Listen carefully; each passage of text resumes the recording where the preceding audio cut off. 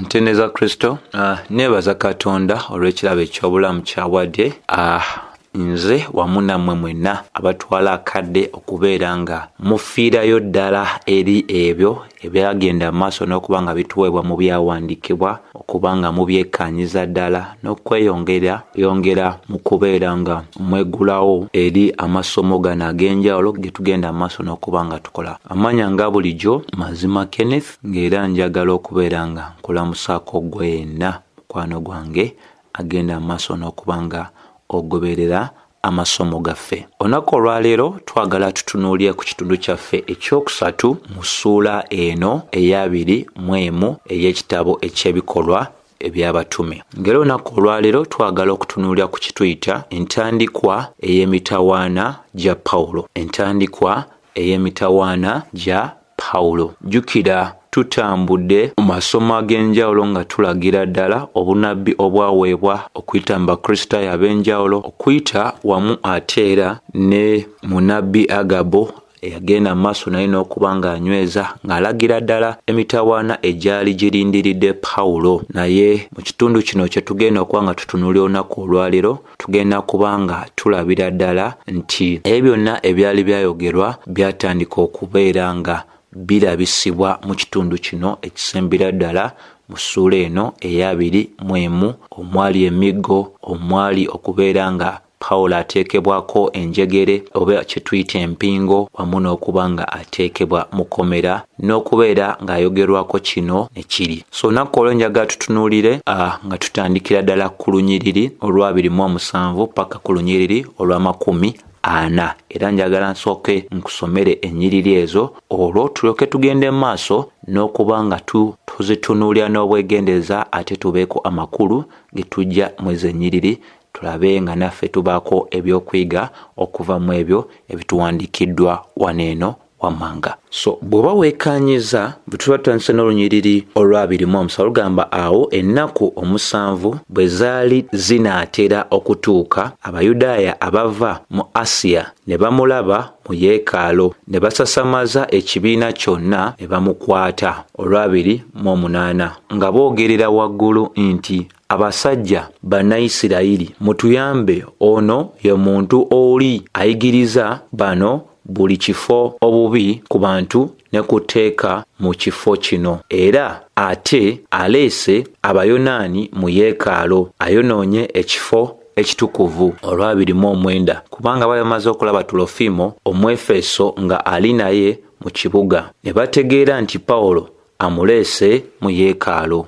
Olwa-30 bwe tugamba ekibuga kyonna ne kyegugumula, abantu ne bakuŋŋaana mbiro, ne bakwata Pawulo ne bamuwalula okumufulumya ebweru wa yeekaalu. Amangu ago enzigi ne ziggalwawo. Olwa-31 bwe baali basala amagezi okumutta, ebigambo ne bituuka ku mwami omukulu ow'ekitongole eky'abasirikale nti Yerusaalemi kyonna kyefuukudde. Olwa-32 amangu ago n'atwala abasirikale n'abaami n'aserengeta gye bali mbiro, nabo bwe baalaba omwami omukulu n'abasirikale ne baleka okukuba Pawulo. Olwa-33 awo omwami omukulu n'asembera n'amukwata n'alagira okumusibya enjegere 2, n'abuuza nti ye yaani ne kikyakoze. Olwa-34 abamu ab'omu kibiina nga boogera waggulu bulala, abalala bulala, bw'atayinza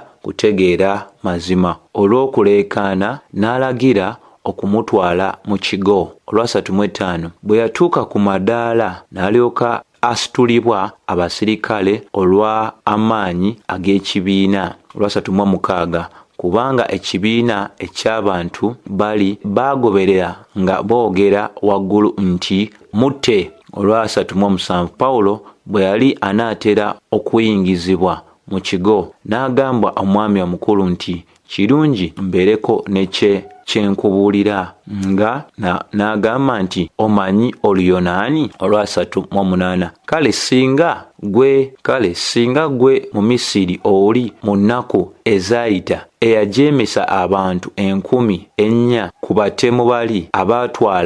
batemu bali n'abatwala mu ddungu.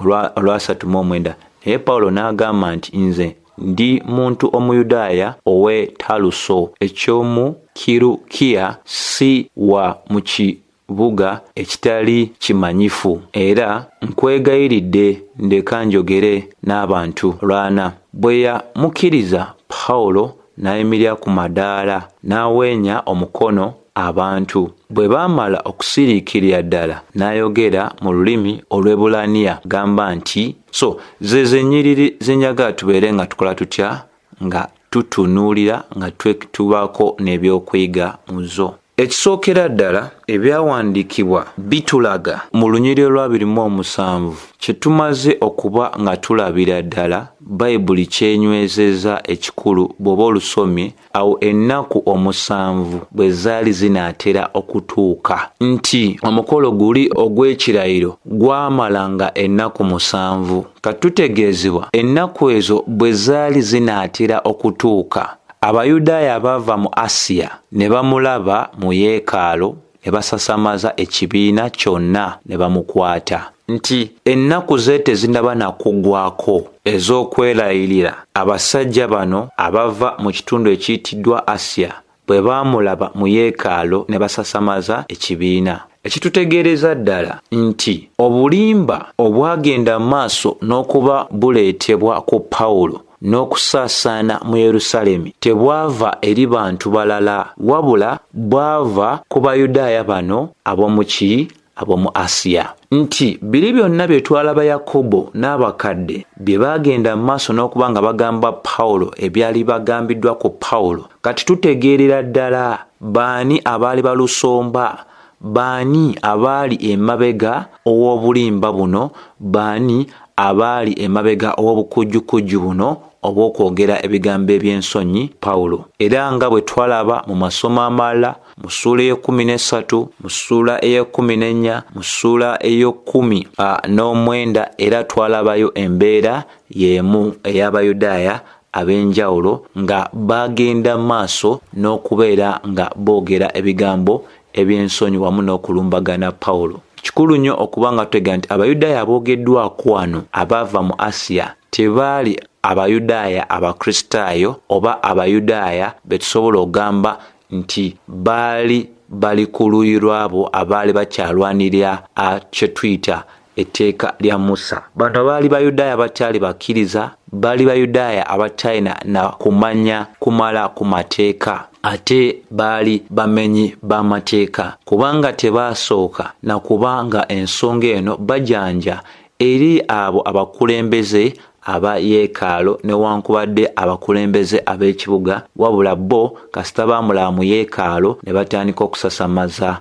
kye tuyita ekibiina wamu ne bakola ki? Ne bamukwata. Ensonga Bayibuli gyetulagira ddala tebalina mateeka gonna ge baagoberera, ate batandika okukola ekintu tekikkirizibwa nga abantu bali mu yeekaalu okubasasamaza n'okubeera nga bakwata omutume ono mu ngeri gye bamukwatamu. Olwa 28 Bayibuli tugamba nga boogerera waggulu nti abasajja Abayisirayiri mutuyambe, ono ye muntu oli ayigiriza bano buli kifo obubi ku bantu ne ku tteeka ne ku kifo kino, era ate aleese Abayonaani mu yeekaalu ayonoonye ekifo ekitukuvu. Kati Pawulo ateekebwako emisango gya mirundi nga 4. Omusango ogusooka ogwamuteekebwako bagamba nti yali asomesa ebintu ebikyamu ku Bayudaaya. Omusango ogwokubiri ogwamuteekebwako nti yali asomesa ebintu ebikyamu ku mateeka.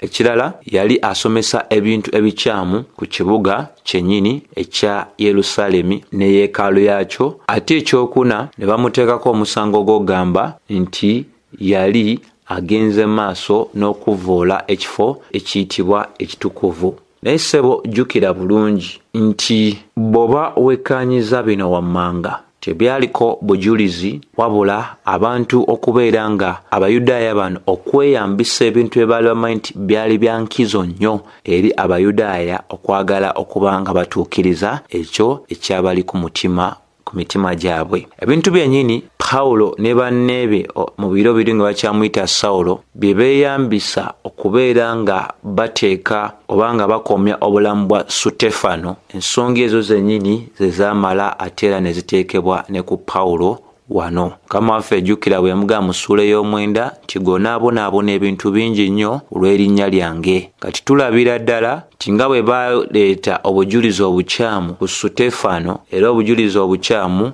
buleetebwa kwani? Pawulo. Abayudaaya bano bagenda mu maaso n'okuwakanira n'okulwanira ebintu bye batyalinako mutwe n'amagulu. Era ne Mukama waffe Yesu Kristo yawayirizibwa mu nsonga ey'okuvoola yeekaalu. So Pawulo ateekebwako ebintu ebyo nti byali agenze mu maaso n'okubeera ng'akola. So bamala omukwata ne bamusomera guno, ne bamusomera guli ne guno, nga bagamba nti omuntu ono asomesa ebintu ebikyamu ku Bayudaaya, ku tteeka, ate ne ku kifo ekyo kyennyini mu Isirayiri, ate oteeke n'embeera ey'okuba nti yali ayonoonye ekifo ekitukuvu. Olwabiri mu omwenda lutusomesa nga lutulaga nti kubanga baali bamaze okulaba Tulofimo Omwefeso nga ali mu kibuga, ne bategeera nti Pawulo amuleese mu yeekaalu. Kati embeera eno yali yakuteebereza okulaba omuntu munnagwanga eyali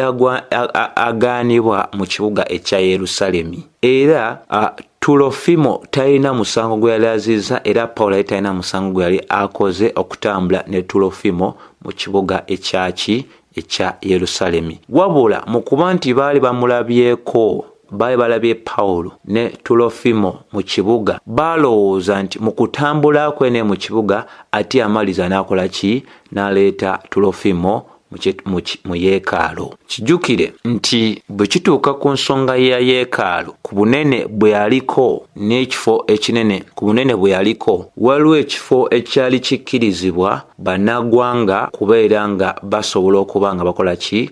Bakituukako. Nti wabweru wa yeekaalu abantu bano abayitibwa bannagwanga, abataali baana ba Ibulayimu, abantu abatalina nkolagana ne Katonda wa Ibulayimu, Isaaka ne Yakobo, bali bakkirizibwa okubeera wabweru wa yeekaalu, naye era ekifo ekyo bakiyitanga ekifo eky'abannagwanga. Yeekaalu yennyini ku wankaaki yaayo yaliko ebiwandiiko bino wammanga. Teri mugwira yali akkirizibwa okujja mu kifo ekyo ekitukuvu. Era kwaliko enjogera egamba nti singa munnaggwanga yenna yali ayingidde mu kifo ekitukuvu, ekyali ekibonerezo kye kyali kibonerezo kya kubanga munnaggwanga oyo attibwa. Ekitegeeza lwaki yali attiddwa nti yali agenze maaso n'okwonoona ekifo ekitukuvu. So ebyo abantu bonna abaagendanga mu Yerusaalemi nga bannaggwanga baali bakimanyi, era baali tebasala we baali bagambibwa okuba nga tebasala. Era Pawulo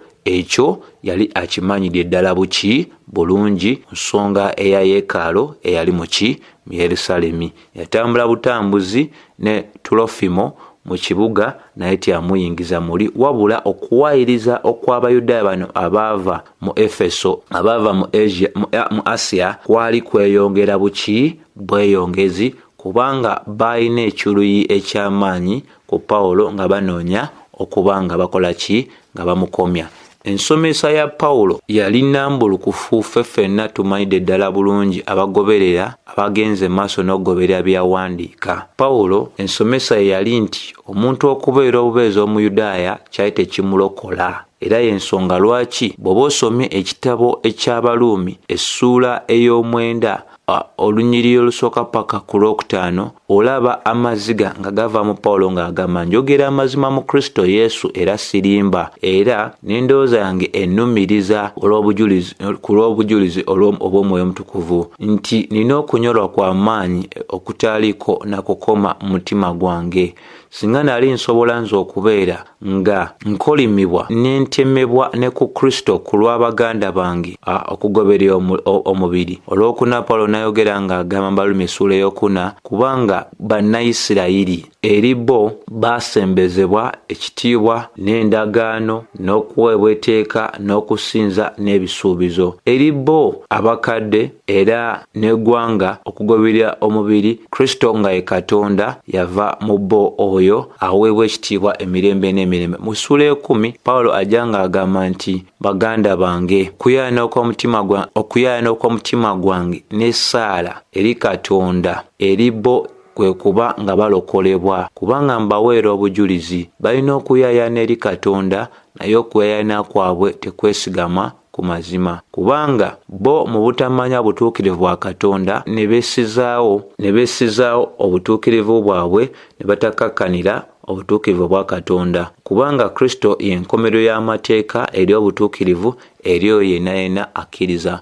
Olwokutaano, kubanga ne Musa awandiika ku butuukirivu buno obwesigamye ku mateeka ng'alaga nti omuntu yenna akuuma amateeka anaabeerawo olwago olw'omukaaga, naye oyo aliwo olw'okukkiriza. Kigambibwa nti naye obutuukirivu obuli ku musingi ogw'okukkiriza bugamba, tetugamba mu mutima gwo ani anaayambuka waggulu mu ggulu okuleeta Kristo ku nsi olw'omusanvu, ani anakkirira wansi okubeera nga aggyayo Kristo okuva mu bafu olw'omunaana. Naye ekigamba kitya nti ekigambo kiri kumpi naawe mu kamwako ne mutima gwo, era ekigambo ekyo ky'ekigambo ekyokukkiriza kye tubuulira. So bwebwo obubaka bwa Pawulo nti alaga nti omuntu yenna agamba nti Muyudaaya, Obuyudaaya tebulina gwe bulokola, obulokozi buli mu Kristo ate obulokozi tebuli mu kukuuma mateeka. Ekyokubiri Pawulo kyasomesa kwe kulaga nti amateeka ga Musa gaali tegayina ngeri yonna gye gakwatamu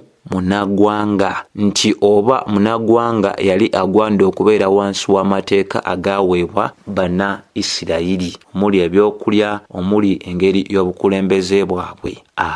Ebintu byemu tubiraba byayogera mu kitabo eky'Abaluumi, mu kitabo eky'Abagalatiya, era n'omuwandiisi omulala nga bwe yawandiika mu kitabo eky'Ababebbulaniya n'ekitabo eky'Abakolisaayi nga Pawulo bwe yalagira ddala. So bw'otunuulira olunyiriro lwa 30 mu ssuula eya 21 ey'ebikola batume, Bayibuli etugamba nti ekibuga kyonna kyegugumula, abantu ne bakuŋŋaana mbiro ne bakwata Pawulo ne bamuwalula okumufulumya ebweru wa yeekaalu. Amangu ago enzigi ne ziggalwawo. Kati kino kyonna nakyo kikulu kya kutegeera nti Pawulo akwatibwa, Pawulo n'awalulwa wabweru wa yeekaalu, era bw'amala okuwalulwa wabweru wa yeekaalu, enzigi za yeekaalu ne ziggalwawo. Ssebo ne nnyabo bye bino bye twayogeddeko, nti eno gye tuyita entandikwa ey'okubonaabona okwa Pawulo, oba kino kye tutegeeza bwe twogera ku ntandikwa ey'emitawaana egya Pawulo, nti bino byonna ebyakolebwa abasajja bano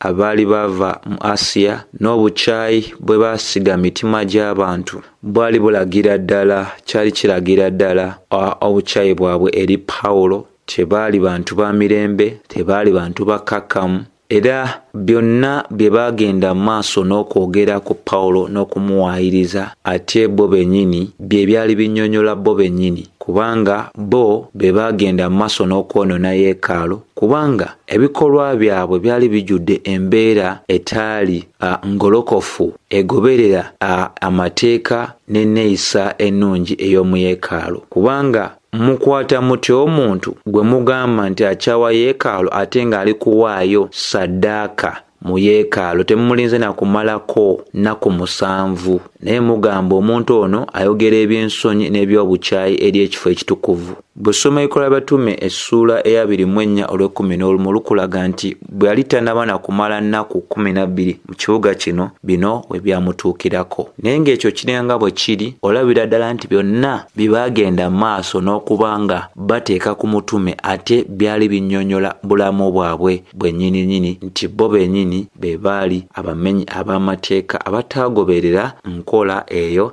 ennuŋŋamu oba enkola eyali egwanidde okugobererwa. Bw'osoma Olwasatu mu Bayibuli tugamba nti bwe baali basala amagezi okumutta, ebigambo ne bituuka ku mwami omukulu ow'ekitongole eky'abasirikale nti Yerusaalemi kyonna kyefuukudde. Kati waneeno nawe wakulu wakutegeera nti olw'ebyo byonna ebyaliwo okuva mu nnyiriri ze tulabye, tulaba obukulu bwa Katonda oyo ateesa ebintu okutambula nga bigwanidde okutambula, kugoberera okwagala kwe ku lw'ekitiibwa kye. Katonda waffe yafuga eri embeera eno eya Pawulo okubwa emigga emingi nnyo, era ekigambo ne kisobola oba ebigambo ne bisobola okutuuka eri omwami omukulu. Olwasatu mu ebbiri Bayibuli etulaga nti amangu ago n'atwala abasirikale n'abaami ne baserengeta gye bali mbiro, nabo bwe baalaba omwami omukulu n'abasirikale ne baleka okukuba Pawulo. Nti yene ensonga lwaki Bayibuli eyogera bino byeyogera, nti omwami ono eyali omukulembeze ow'eggye ery'Abaruumi bwe yamala okuwulya okwegugunga ekibuga okuba nga kyali kifuukuddwa, teyatandika kubeera ng'ate atwala ebiseera. Bayibuli etulaga nti n'alagira mangu, mbagirawo mangu, n'atwala abasirikale, era abasirikale abangi abo be yatwala ekigendererwa kyali kyakuba nga baali bakomya embeera ey'abantu bano abangi okubeera nga tebagenda maaso na kuba Pawulo na kuleeta bwegugungu. Mulimu gwa mukulembeze Omuruumi eyali akulira eggye b'abasirikale gwali gwakakasa nti ekibuga kyalina emirembe. Tusobola okugamba nti okubeera nga yatwala abasirikale enkumuliitu, ekigendererwa tekyali kya Pawulo, ekigendererwa kyali kya kuuma mirembe. Naye tujjukire bulungi nti Baruumi essula 13 nayo enywereza ddala bulungi nti abakulembeze be tulina mu bulamu buno obw'ensi bateekebwawo Katonda okubeera nga balamula eri abo abakola obulungi n'eri abo abakola obukyamu. Akola obulungi tagwanidde kubanga atyaba obuyinza, naye akola ebintu ebitali birungi agwanidde okutyaba obuyinza, kubanga ekitala ekibaweereddwa mikono gyabwe si kya bwereere. So tusobola okubeera nga twejjukanya ebigambo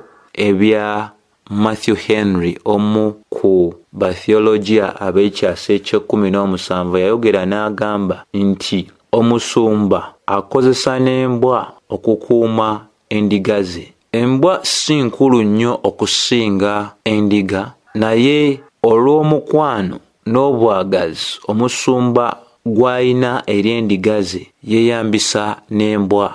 Mu luno tusobola okugamba nti engeri emu Katonda gy'akozesaamu omwami omukulu ow'abasirikale okubeera nga Pawulo agibwa mu matigga ago ge yalimu. Era bino nga tubyogera tulina okuba nga tutegeera nti Pawulo yali tanneerabira ebyo byayogera mu ssuula ya 21 olunyiriri 13 bwe yagamba nti yali amaliridde obutasibwa kyokka mu Yerusaalemi wabula n'okufa ku lw'erinnya erya Mukama waffe Yesu Kristo. Ti emigo gino n'okubwa kwonna kwayitamu tekwamujja ku mulamwa, kubanga ekyo kye yali yakkiriza kyekyali ekikulu ennyo mu bulamu bwe okusinga ebyo ebyali bimutuusiddwako mubiri gwe. So Olwasatu mu esatu lulaga nti awo omwami omukulu n'alyoka asembera n'amukwata n'alagira okumusibya enjegere 2, n'abuuza nti ye y'ani n'ekyakoze kye ki. So kati wano nawo wakulu akutegeera nti Pawulo akwatibwa n'aggyibwa mu mikono egy'abamenyi b'amateeka n'ateekebwa mu mikono egy'obuyinza. Bino byonna bituukawo olw'okuba nti oba omukulembeze yakola kino kye yakola ng'ayagala okuwa ensonga eri abo abaali batunula eri abo abamenyi b'amateeka nti Pawulo yali si wa kuteebwa wabula yali wa kubeera nga yekkaanyizibwa. Era bino byonna bisonga ku Timoseewo ekyokubiri 2:9-13. Pawulo yagenda mu maaso n'okuba nga alambika ensonga ng'alagira ddala nti kuviira ddala mu Lwomwenda nti mbonaabona era nsibiddwa n'enjegere ng'omubbi, naye ekigambo kya Katonda tekiri mu busibe, era ngumira ebintu byonna ku lw'abo abalonde basobole okufuna obulokozi obuli mu Kristo wamu n'ekitiibwa eky'olubeerera era enjogera eno ya nnamaddala. Bwe tuba nga twafiira wamu naye era tunaabeera balamu naye. Bwe tuguma era tunaafuga wamu naye. Bwe tumwegaana naye anaatwegaana. Bwe tuba nga tetulina kukkiriza ye asigala mwesigwa era tasobola kuba nga akola ki? Twegaana. Ebyo byonna bikulagira ddala nti embeera eno gye tulaba eyali emaze okuba kati yali etandise okuba nga etuuka ku Pawulo yenyweza bino byonna bye tulaba byagenda mu maaso n'okugaziya mu mabaluwa ng'ayogera ku bintu ebyamutuukako mu bitundu eby'enjawulo. Mu Bafiripi essuula esooka onyolo 7 paka olunyiriri 14 yanyweza n'alaga nti okubeera nga yali ali asibiddwa n'okubeera nga yali ateekeddwako enjegere ate ekyo kyayongera bongezi njiri maanyi kubanga abo bonna abaawulira ku njegereze ne byali ayitamu ate bo baagendera ddala mu maaso n'okubeera nga bazzibwamu amaanyi okutambuza enjiri eya Mukama waffe Yesu Kristo. N'ekyogwenda okujjukira nti bino byonna bino bye tutandise okuba nga tulaba byali bituukiza butuukirizi ebyo byonna Pawulo byali ategedde emyaka minjiko emabega n'ebyali byogeddwa emyaka emitonokawo nti bino byonna byali byakuba nga bikola bitya bimutuukako. So bwe tutunulira olunyiriri olwa 34 lugamba abamu ab'omu kibiina nga boogerera waggulu bulala abalala bulala, bw'atayinza kutegeera mazima olw'okuleekaana n'alagira okumutwala mu kigo. Kati embeera eyaliwo ey'okubeera nga obwegugungu bwali bw'amaanyi nnyo, newankubadde omwami omukulu ow'abasirikale yalina byali agala okutegeera ku Pawulo kubanga yabuuza nti gwani era kikyokoze, ati asobola kubeera nga afuna okuddibwamu okwannamaddala kubanga oluyugano lwali lw'amaanyi, kerere yali y'amaanyi. Era nga bwe kyogerwa oyo yenna anaafaayo eri okwogana okw'enkumuliitu ey'abantu talina kyannamaddala kyajja kubeera nga atuukirako ddala oba okutegeera kubanga eyebanga embeera y'emu n'ey'abazimbi aba Babeli abalina ennimi zaabwe ezakyusibwa ne babeera nga batabuddwa. So mu kerere tetusobola kubaako nsonga gye tutuukako eya ddala. Tusobola okutuuka ku nsonga ya ddala nga waliwo obutebenkevu, waliwo obukakkamu mu bantu, waliwo okusiriikirira. Olwa 3:5 Bayibuli etulaga bwe yatuuka ku madaala n'alyoka asitulibwa abasirikale olw'amaanyi ag'ekibiina. Kati ekiro kye kino nti mu kubeera nti ekibiina kyali mu kuleekaana okw'amaanyi n'okwegugunga y'ensonga lwaki Pawulo yasitulwa abasirikale okumukuuma eri ekibiina ekyo eky'amaanyi. Era okuva mu byawandiikibwa ebyandiikwa biragira ddala mu Bakolinso ekyokubiri essuula ey'okumi onyolo 10 Pawulo yali musajja mutonotono era n'endabika ye ey'omubiri yali omuntu omunafu. Bwe batyo ba opponents be abaali bamumanyi bwe bamwogerako era naye n'ayogera nti bw'atyo bwe yali era bye baali bamumanyiiko byebyo ebyamwogerwako. So y'omwami oyo bwe yali kyova olaba nti okumusitula tewaaliwo buzibu bwonna, naye era obukulu bwa Katonda bwe tutunuulira mu masekkati g'embeera yonna yamutonda bw'atyo, alina ensonga lwaki yamutonda bw'atyo. Olwa 3:6 Bayibuli etulaga nti kubanga ekibiina eky'abantu bali baagoberera nga boogerera waggulu nti mutte. Embeera eno gye njagala nayo tube nga tutegeera tibatalemwa kubanga bamukwata olw'okuba nti yali asituddwa abajaasi n'olw'okuba nti yali yeetooloddwa abajaasi bangi. Eyo Pawulo gye yali atwalibwa mu kigo baamugoberera nga bamusindiikiriza ebigambo nga bagamba nti attibwe.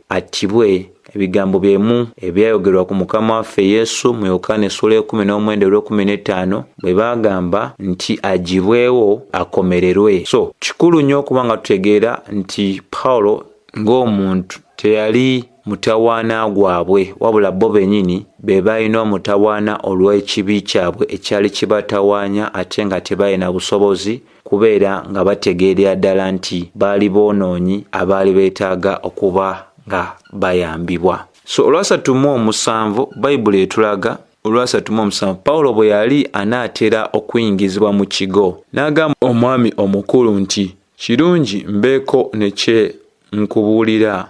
N'agamba nti omanyi Oluyonaani? Kati wano eno embeera eno nkulu mu kuba nti Pawulo atwalibwa naye ng'omuntu amanya amateeka eyayina obusobozi obwogera eri abantu, kubanga yalina obumanyi obw'okwogera eri abantu bonna ab'eddaala ery'enjawulo. Yeegayirira mu bwetowaze n'asaba omwami omukulu okumuwakaganya okubaako engeri gyeyogerako okubanga omwami ono omukulu amutegeera yaani era kiki yali akoze okuwakanya obulimba obw'abali abalabe be. Kati ekirala kyakubeera nga omwami omukulu yeewuunyiza ddala omuntu ono mu kuba nti yali tamumanyi, okuba nti n'olulimi Oluyonaani yali alumanyi, kubanga olulimi Oluyonaani mu biro ebyo lwali lwogerwa abantu abayigirize, abantu abalinako obuvo nga bw'amaanyi, nti ennimi ezaali zimanyikiddwa waliwo Olubebbulaniya, waliwo olulimi Olu-Aramayiki, olulimi Oluruumi, naye ekyenjawulo ano nti omuntu eyogeranga Oluyonaani yali alaga nti yayinako enkizo mu ngeri emu oba endala ekikakasiza ddala nti omuntu oyo yali muyigirize ekimala. So omwami omukulu yeewuunya n'agamba omanyi n'Oluyonaani? Kyova olaba bw'otunuulira olunyiriri olwa 38 Pawulo Bayibuli etulaga nno nti omwami omukulu n'abaako ebintu n'ayogera byasuubira Pawulo okuba nti kyeyali. Bayibuli tugamba nti kale si gwe mu Misiri oli mu nnaku ezaayita eyajeemesa abantu 4,000 ku batemu bali n'abatwala mu ddungu? Bw'eti endowooza y'omwami omukulu bwe yali ku Pawulo, kubanga ebiro eby'oluvannyuma bw'ennaku ezaayita waliwo okwegugunga okwaliwo nga kwali kwatandikibwa omusajja eyali Omumisiri. Kati mu butanwa omwami omukulu ono yali akulira abasirikale n'alowooza nti osanga Pawulo ye yali ono olw'okwegugunga okwali kutandikiddwa mu Yerusaalemi. Ne Pawulo amwanukula mu lunyiriri lwa 39, naye Pawulo n'agamba nti nze ndi muntu Omuyudaaya ow'e Taluso eky'omu Kirukiya, si ow'ekibuga ekitali kimanyifu, era nkwegayiridde ndeka njogere eri abantu. Kati Pawulo ayanukula omwami omukulu amunnyonnyola amazima agaali gamukwatako n'okumulaga n'okubeera nga agaana ebyo ebyali bimwogeddwako ebitaali bituufu, nti osanga yali mu Misiri yatandika okwegugunga mu nnaku ziri ezaayita. Wabula amugamba kimu nti nze bwe nti bwe ndi, nvaano nva wano, era nkwegayiridde nzikiriza njogereko eri abantu. Bayibuli etulaga mu lwa Ana bwe yamukkiriza Pawulo n'ayimirira ku madaala n'amwenya omukono abantu. Bwe baamala okusiriikirira ddala n'ayogera mu lulimi Olubebbulaniya ng'agamba nti awo wetuba tujja okuba nga tutandikira omulundi ogujja. Naye nga tetunaatunulira mulundi ogwo gujja, akkirizibwa okwewozaako. Bayibuli etulaga mu Matayo essuula 10 olunyiriri lwa 2 nti bwe mukwatibwanga ne mutwa ne abalabe bammwe ne babaako we batwala temweraliikirira kyakwogera nti oba munaayogera ki, oba omwoyo wa kitammwe anaayogerera okuyita mu mmwe. Ye ensonga eyaliwo, era kye tusobola okuba nga tulaba abantu bwe baasiriikirira n'ayogera nabo mu lulimi Olubebbulaniya. Ekikakasiza ddala nti mu kuba nti yayogera nabo mu Lubebbulaniya yali awakanya ebyo ebyali bimwogeddwako, nti akyawa Abanayisirayiri, akyawa etteeka, era n'ekifo ekyo yali akikyawa, era wamu n'okwonoona yeekaalu. N'ekirala okubassaamu ekitiibwa, n'ekirala okukakasiza ddala nti obubaka bwe bwali butuukira ddala bulungi eri abantu ng'ayogera nabo mu lulimi lwabwe lwennyini. Nti kino kyali nakyo kiina engeri gye kyali kisobola okulagamu nti abo bonna abaali boogedde eby'ensonyi ku Pawulo, kaakati kaali kaseera ak'okuba nga abantu bategeerera ddala abantu bano ebigambo byabwe byali si bituufu oba byali tebikwatagana. Mukwano, kikulu ne tegeera nti abo bonna abaweereza b'amazima ab'ekigambo kya Katonda ebbanga lyonna bagenze maaso n'okuba nga bakonjerwa nga boogerwako ebigambo eby'ensonyi. Bano kye tulaba Pawulo kyakola okwetaaga okubeera embeera ey'akasiriikiryo era enyweza ensonga gye tugamba nti bwe tunaba tunayogera amawulire aga Mukama waffe Yesu Kristo tugwanidde okwegayirira okubeera nga tubeera n'embeera ey'okusiriikirira olwo abantu basobole okuba nga bafiirayo ddala eri ebyo ebyogerwa. So tetusobola kubeera nga amawulire ga Kristo Yesu ate tugenda maaso n'okubeera nga tukola tutya tubutwala mu mbeera ey'okuba nti obubaka si bukulu ti masekkati ga kerere ate twagale okubeera nga tukola tutya nga twogera kwaga amawulire. Omuntu yenna ayagala okutegeera asiriikirire annyonnyolwe ddala buki bulungi nnyo nnyini ddala ensonga eyokola ki eyogerwako. Wanga tewaliiwo kusiriikirira tuba tetulina we tusobola kuba nga tutuuka mu kunnyonnyola ebyo ebikwata ku njiri eya Mukama waffe Yesu Kristo. Ensonga lwaki yasaba wabeerewo embeera ey'akasiriikiriro olwo alyoke attaanyize ddala ensonga mu bulambulukufu bwayo. So